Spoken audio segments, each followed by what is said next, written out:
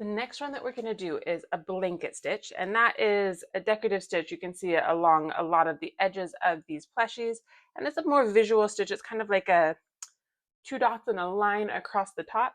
The way that we do that, so we're going to take our fabric, we're going to pretend like we're pulling all the way to the end of our knot, and this is a lot like a whip stitch. So you're always going to go from the top down or from the top of your fabric towards the table if it's easier for you to remember that way.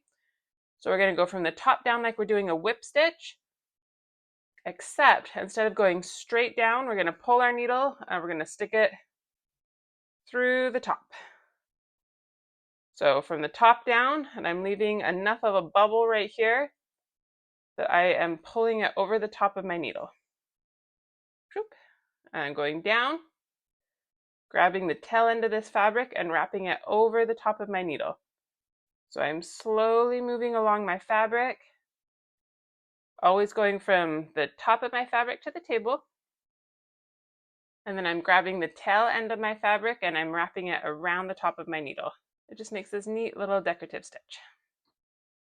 So from the top of my fabric, grabbing the tail, pulling it over the top.